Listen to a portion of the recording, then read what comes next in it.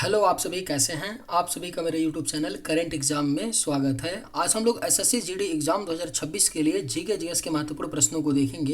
ये सभी प्रश्न आपके 2026 एसएससी जीडी एग्जाम के लिए बेहद ही महत्वपूर्ण होने वाले हैं।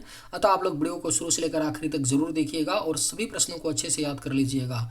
अगर आपको किसी भी प्रश्न का सही जवाब पता होगा तो मुझे कमेंट करके जरूर बताइएगा और वीडियो पसंद आए तो लाइक कीजिएगा। चलिए आइए एक एक करके शुरू करते हैं। लार में कौन सा एंजाइम पाया जाता है? सही आंसर क्या होगा?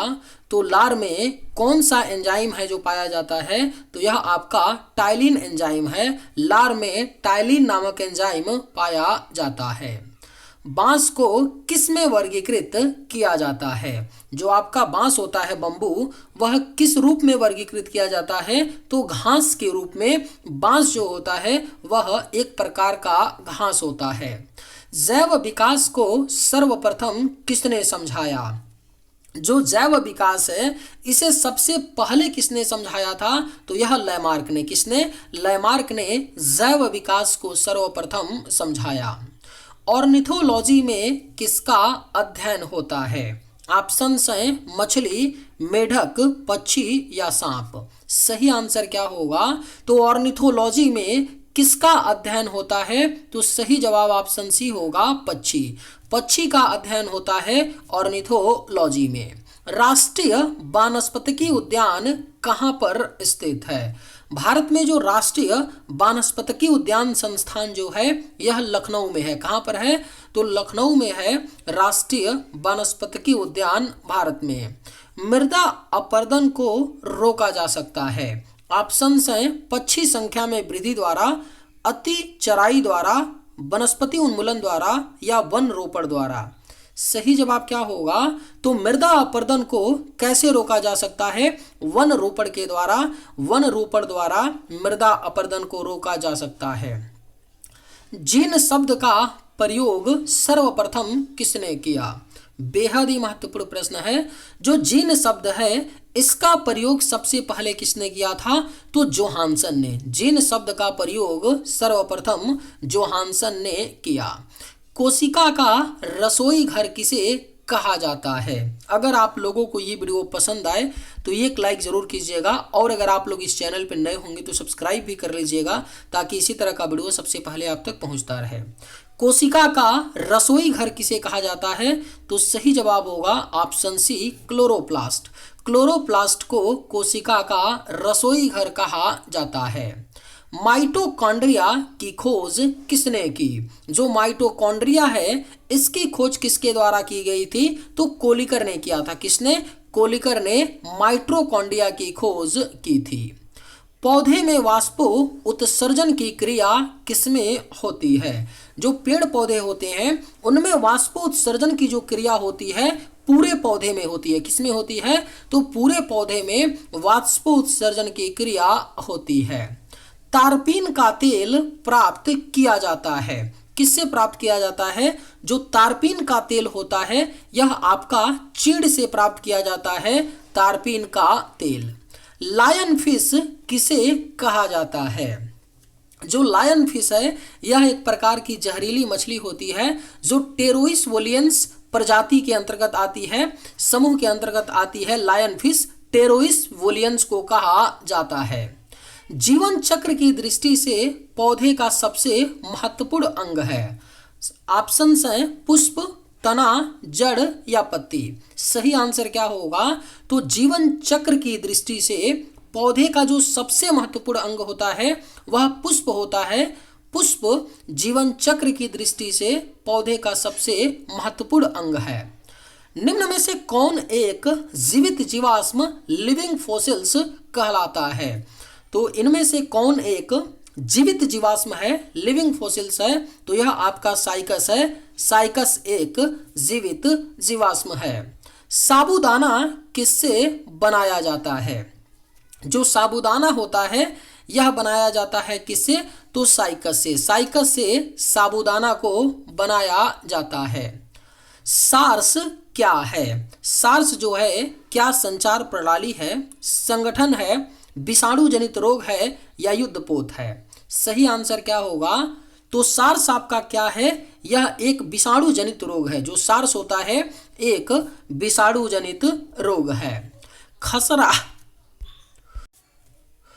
खसरा किस संक्रमण के कारण होता है? जो खसरा बीमारी होती है वह किसके संक्रमण के कारण होता है? तो विषाणु के कारण। याद रखिएगा, विषाणु के संक्रमण के कारण खसरा होता है। एड्स किससे फैलता है? ऑप्शंस हैं कीटों से, हाथ मिलाने से, श्वसन संपर्क से या यौन संपर्क से। सही जवाब क्या होगा? तो एड्स बीमारी किससे फैलती है? यौन संपर्क से। किससे? यौन संपर्क से एड्स फैलता है। निम्न में से कौन सा जीव अपनी त्वचा से सांस लेता है? कौन सा जीव है जो अपनी त्वचा यानी स्किन के द्वारा सांस लेता है? तो यह आपका मेढक है। मेढक त्वचा से सांस लेता है। मानव निर्मित प्रथम कृत्रिम रेशा था, कौन सा था? मानव निर्मित जो पहला कृत्रिम रेशा था वह आपका क्या था? नायलॉन था। नायलॉन मानव निर्मित प्रथम कृत्रिम रेशा था। फलों का मधुर स्वाद किसके कारण होता है? बेहद ही महत्वपूर्ण प्रश्न है। फलों का जो मधुर स्वाद यानी मीठा स्वाद होता है वह फ्रुक्टोज के कारण होता है। किसके कारण? फ्रुक्टोज के कारण फलों का मधुर स्वाद होता है। केंचुए में कितनी आंखें होती हैं? जो केंचुआ होता है उसमें कितनी आंखें होती हैं? तो कोई भी नेत्र नहीं होता है। केंचुए में कोई भी आंख नहीं होती है। भारत में सिलिकॉन वैली कहाँ स्थित है? तो भारत में अगर सिलिकॉन वैली की बात करें, यह कहाँ पर है?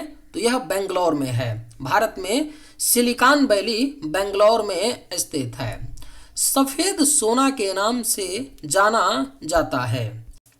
बेहद ही महत्वपूर्ण प्रश्न है। सफेद सोना किसे कहा जाता है? तो प्लैटिनम को। जो प्लैटिनम है इसे सफेद सोना कहा जाता है। एक हार्स पावर कितने वाट के बराबर होता है? जो एक हार्स पावर होता है वह आपका 746 वाट के। कितने?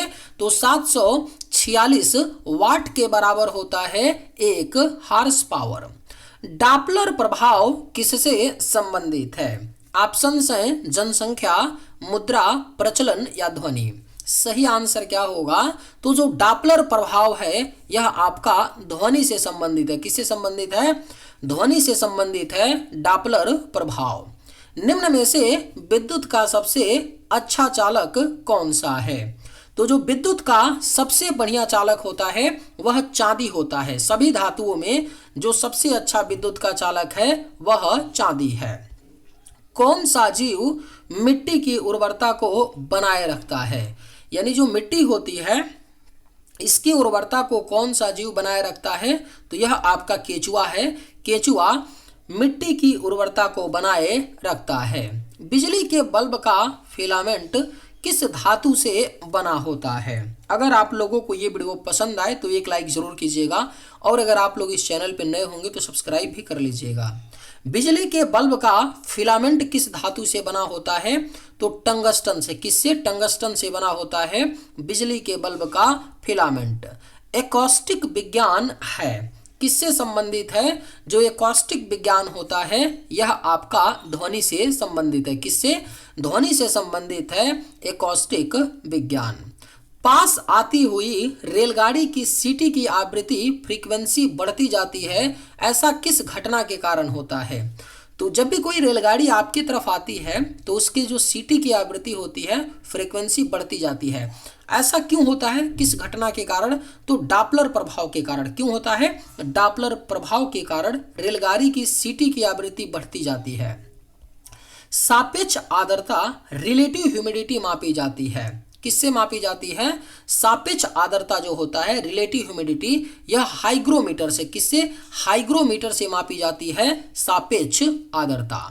अमोनियम क्लोराइड का जलीय विलयन होता है। कैसा होता है? जो अमोनियम क्लोराइड होता है इसका जलीय विलयन कैसा होता है? तो क्षारीय होता है अमोनियम क्लोराइड का जलीय विलयन। आदर्श गैस की आंतरिक ऊर्जा निर्भर करती है। जो आदर्श गैस होती हैं उसकी आंतरिक ऊर्जा किस पर निर्भर करती है? तो तापमान पर। आदर्श गैस की आंतरिक ऊर्जा तापमान पर निर्भर करती है। झूठा सोना के नाम से जाना जाता है। झूठा सोना के नाम से क्या जाना जाता है, पूछा गया प्रश्न है। आयरन पायराइड्स। आयरन पायराइड्स जो है झूठा सोना के नाम से जाना जाता है। मीना माता रोग किस कारण से होता है? ऑप्शंस हैं कैडमियम, सीसा, पारा या जस्ता। सही आंसर क्या होगा? तो जो मीना माता रोग है किस कारण होता है? तो पारा के कारण मीना माता रोग होता है। हमारे भोजन में संरक्षात्मक खाद्य पदार्थ है। हम जो भोजन करते हैं उसमें कौन सा पदार्थ संरक्षात्मक होता है? तो विटामिन एवं खनिज। जो विटामिन एवं खनिज होता है वह हमारे भोजन में संरक्षात्मक खाद्य पदार्थ है। मानव मस्तिष्क का वजन कितना होता है? जो मनुष्य का मस्तिष्क होता है इसका वजन 1350 ग्राम कितना होता है? तो 1350 ग्राम होता है मानव मस्तिष्क का वजन। सूर्य की रोशनी से हमें प्राप्त होता है। जो सूरज की रोशनी है इससे क्या मिलता है? तो विटामिन डी मिलता है। सूर्य की रोशनी से हमें विटामिन डी प्राप्त होता है। मनुष्य के शरीर में सबसे छोटी ग्रंथि है। मानव शरीर में जो सबसे छोटी ग्रंथि होती है वह आपका पीयूष ग्रंथि है। पीयूष ग्रंथि मनुष्य के शरीर में सबसे छोटी ग्रंथि है। वर्षा की बूंद गोलाकार क्यों होती है? जो वर्षा की बूंदें होती हैं वह गोलाकार पृष्ठ तनाव के कारण वर्षा की बूंद गोलाकार होती है। रेडियो कार्बन काल निर्धारण किससे संबंधित है? जो रेडियो कार्बन काल निर्धारण होता है यह जीवाश्म से संबंधित है। रेडियो कार्बन काल निर्धारण। ठोस कार्बन डाइऑक्साइड को क्या कहते हैं? जो ठोस कार्बन डाइऑक्साइड होता है, पूछा गया प्रश्न है, इसे क्या कहा जाता है? तो शुष्क बर्फ। ठोस कार्बन डाइऑक्साइड को शुष्क बर्फ कहते हैं। आलू किसका उदाहरण है? जो आलू होता है पोटैटो, यह किसका उदाहरण होता है? तो रूपांतरित तने का उदाहरण है आलू। एक बैरल में कितने लीटर होता है? जो एक बैरल होता है इंटरनेशनल मार्केट में कच्चे तेलों का आयात निर्यात लीटर में नहीं होता है, बैरल में किया जाता है ना। जो तेल का निर्यात आयात होता है, खरीद बिक्री होती है अंतर्राष्ट्रीय मार्केट में, उसे बैरल में किया जाता है। और एक बैरल लीटर में कितना होता है? तो 159 लीटर है ना। 159 लीटर होता है एक बैरल। लालटेन की बत्ती में तेल किस कारण ऊपर चढ़ता है? जो लालटेन होती है उसमें एक बत्ती होती है, उसमें जो तेल होता है ऊपर क्यों चढ़ता है? तो केशिकत्व के कारण। निम्न में से किसमें सबसे अधिक लोहा पाया जाता है? ऑप्शंस हैं दूध, केला, सेब या हरी सब्जी। इनमें से किसमें सबसे अधिक लोहा पाया जाता है? तो ऑप्शन डी सही होगा, हरी सब्जी। हरी सब्जी में सबसे अधिक लोहा पाया जाता है।